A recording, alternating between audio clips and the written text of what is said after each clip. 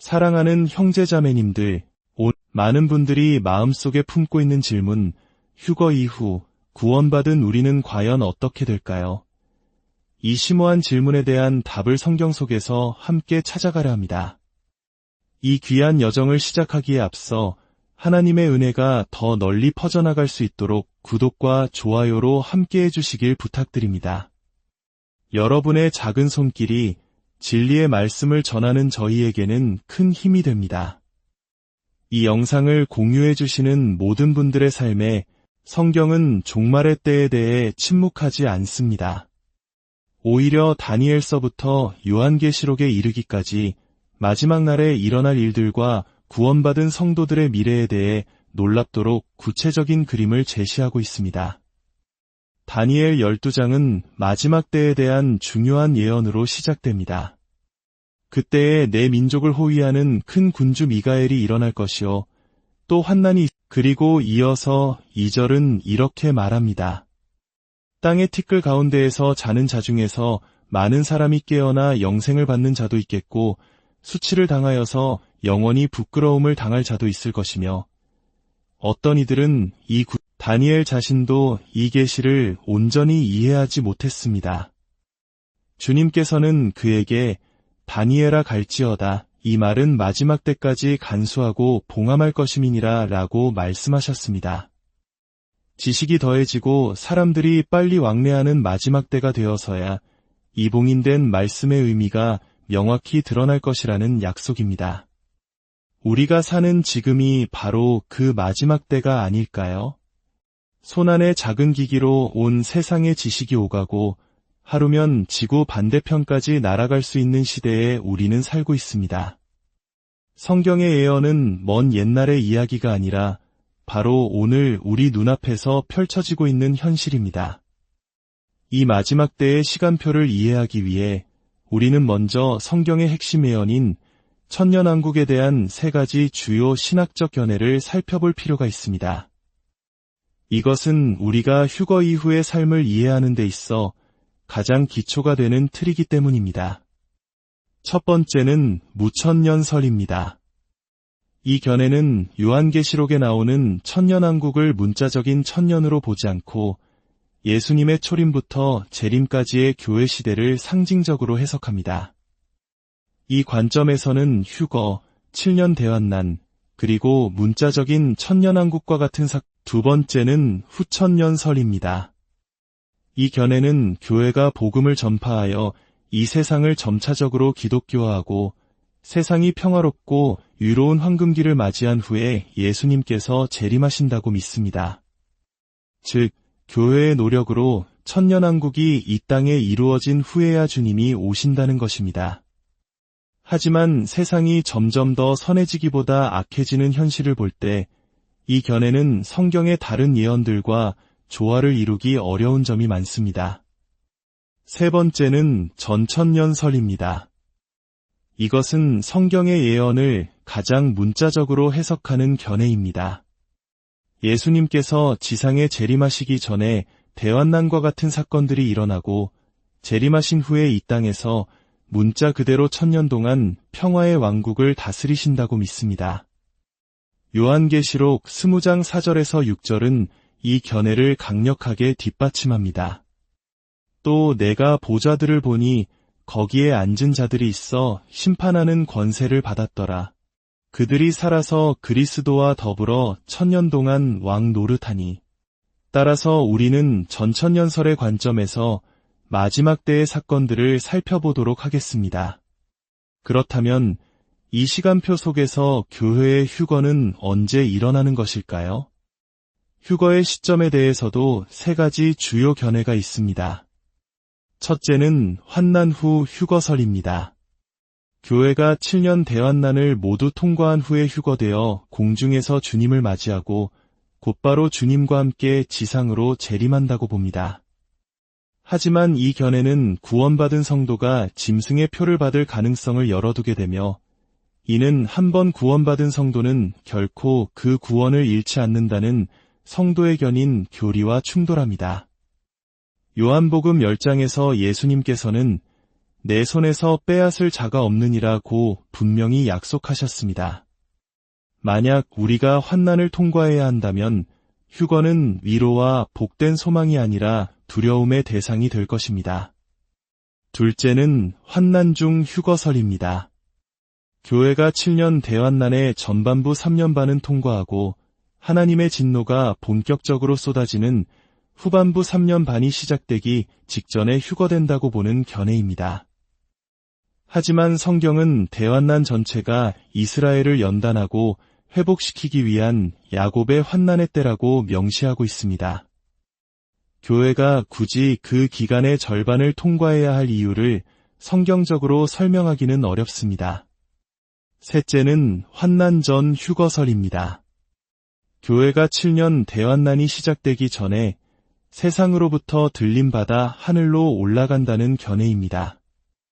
데살로니가전서 4장 17절은 그 후에 우리 살아남은 자들도 그들과 함께 구름 속으로, 또한 계시록 3장 10절에서 주님은 빌라델비아 교회에게 내가 나의 인내의 말씀을 지켰은즉 내가 또한 너를 지켜 시험의 때를 면하게 하리니 이는 장차온 세상에 임하여 땅에 거하는 자들을 시험할 때라 고 약속하셨습니다. 교회를 시험의 때, 즉 대환난으로부터 지켜주시겠다는 이 약속은 환난 전 휴거설에 이제 우리는 이 모든 것을 종합하여 오늘의 핵심 질문으로 돌아갈 수 있습니다. 환난 전에 휴거된 후 구원받은 여기에도 몇 가지 가능성이 제기됩니다. 첫 번째 이론은 우리가 하늘로 올라가 그곳에서 영원히 머문다는 것입니다. 지상에서 천년왕국이 펼쳐지는 동안 우리는 천국에서 지낸다는 생각입니다. 두 번째 이론은 우리가 7년 동안 하늘에 머문 후 아마겟돈 전쟁 때 예수님과 함께 지상으로 재림하여 이 땅에서 1000년 동안 주님과 함께 왕 노릇하며 다스린다는 것입니다. 세 번째 이론은 우리가 아마겟돈 때 주님과 함께 돌아왔다가 천년왕국이 시작되면 다시 하늘로 올라가고 예수님만 홀로 이 땅을 다스린다는 것입니다. 어떤 이론이 가장 성경적일까요? 세 번째 이론부터 생각해 봅시다.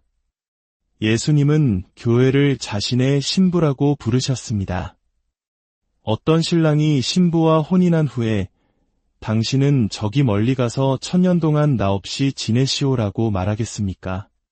이는 상식적으로도 신학적으로도 맞지 않. 우리는 주님과 영원히 함께 있도록 부름받았습니다. 그렇다면 첫 번째와 두 번째 이론이 남습니다. 성경은 우리가 하늘에 가는 것을 분명히 말합니다. 빌립보서 3장 20대 21절은 우리의 시민권은 하늘에 있는지라 그가 우리의 낮은 몸을 자기 영광의 몸의 형체와 같이 변하게 하시리라고 말씀하십니다. 우리는 휴거될 때 썩지 않고 죽지 않는 영광스러운 몸으로 변화될 것입니다. 요한복음 14장에서 예수님은 내가 너희를 위하여 거처를 예비하러 가노니 우리는 분명 하늘에 있는 우리의 영원한 집, 맨션으로 가게 될 것입니다. 하지만 이야기는 여기서 끝나지 않습니다. 성경은 우리가 다시 이 땅으로 돌아올 것을 명백하게 증언합니다. 유다서 1장 14절은 보라 주께서 그 수만의 거룩한 자와 함께 임하셨나니 라고 예언합니다. 여기서 거룩한 자는 바로 구원받은 성도들입니다. 요한계시록 19장은 아마겟돈 전쟁을 위해 재림하시는 예수님의 모습을 장엄하게 묘사합니다. 14절은 하늘에 있는 군대들이 희고 깨끗한 세마포 옷을 입고 백마를 타고 그를 따르더라고 말합니다. 이 하늘의 군대는 누구일까요? 바로 주님의 피로 구속받은 더욱 놀라운 약속은 로마서 16장 20절에 있습니다. 평강의 하나님께서 속히 사탄을 너희 발 아래에서 상하게 하시리라. 사탄의 머리를 밟는 것은 예수님만이 하시는 일이 아닙니다. 우리 성도들이 주님과 함께 그 승리에 동참하게 될 것이라는 약속입니다. 이 모든 구절들은 두 번째 이론, 즉 우리가 주님과 함께 재림하여 이 땅에서 1000년 동안 함께 통치한다는 사실을 가리키고 있습니다.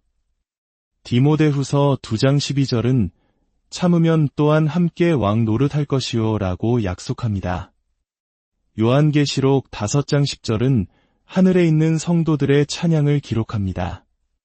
그들로 우리 하나님 앞에서 나라와 제사장들을 삼으셨으니 그들이 땅에서 왕 노릇하리로다. 누가 땅에서 왕 노릇한다고 말합니까? 바로 각 족속과 방언과 백성과 나라 가운데에서 피로 사서 하나님께 드리신 우리들입니다. 고린도전서 6장 2대 3절에서 사도 바울은 더욱 놀라운 사실을 밝힙니다. 성도가 세상을 판단할 것을 너희가 알지 못하느냐? 우리가 천사를 판단할 것을 알지 못하느냐? 우리는 단순히 통치에 참여하는 것을 넘어 세상과 심지어 천사까지 판단하는 권세를 받게 될 것입니다. 천년왕국 동안 지상에는 두 종류의 사람들이 공존하게 될 것입니다. 첫째는 우리처럼 휴거와 재림을 통해 영광스러운 몸을 입은 성도들입니다. 우리는 더 이상 죽거나 죄를 짓지 않습니다.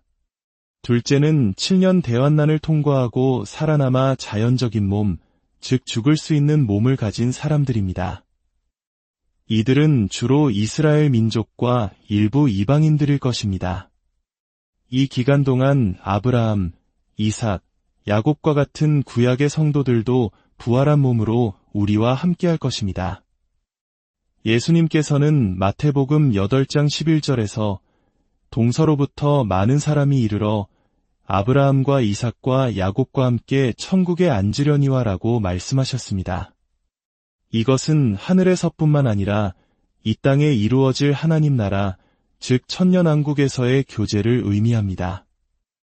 또한 주님의 12사도들은 이스라엘의 12지파를 다스리는 보좌에 앉게 될 것입니다. 그렇다면 우리는 1000년 동안 지상에만 묶여있게 될까요? 한 가지 흥미로운 가능성이 있습니다.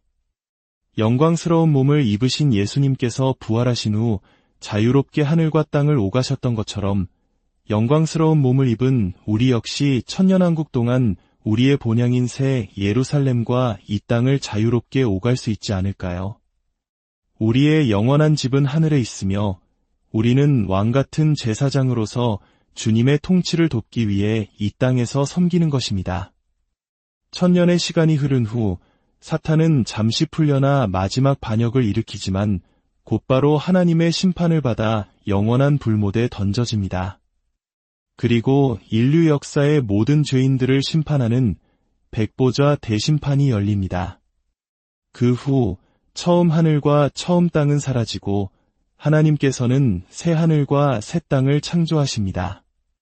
그리고 마침내 요한계시록 21장이 묘사하는 것처럼 거룩한 성새 예루살렘이 신부가 남편을 위하여 단장한 것 같이 하늘에서 내려옵니다. 그곳에서 하나님은 우리와 영원히 함께 거하시며 우리의 모든 눈물을 닦아 주실 것입니다. 다시는 사망이나 애통하는 것이나 곡하는 것이나 아픈 것이 없을 것입니다. 사랑하는 여러분, 성경이 말하는 종말은 끝이 아니라 새로운 시작입니다. 그것은 두려움의 예언이 아니라 믿는 자들에게 주어진 가장 영광스럽고 복된 소망입니다. 우리는 휴거되어 주님의 품에 안길 것이고 영광의 몸으로 변화될 것이며 주님과 함께 다시 이 땅에 돌아와 1000년 동안 사랑과 정의로 세상을 다스릴 것입니다. 그리고 마침내 새 하늘과 새 땅에서 하나님과 함께 영원한 안식과 기쁨을 누리게 될 것입니다. 이것이 우리의 미래이며 흔들리지 않는 우리의 소망입니다. 오늘 나눈 말씀이 여러분의 마음에 깊은 위로와 확신을 주었기를 바랍니다. 세상이 아무리 어둡고 혼란스러울지라도 우리의 시선은 곧 다시 오실 왕 예수 그리스도를 향해야 합니다.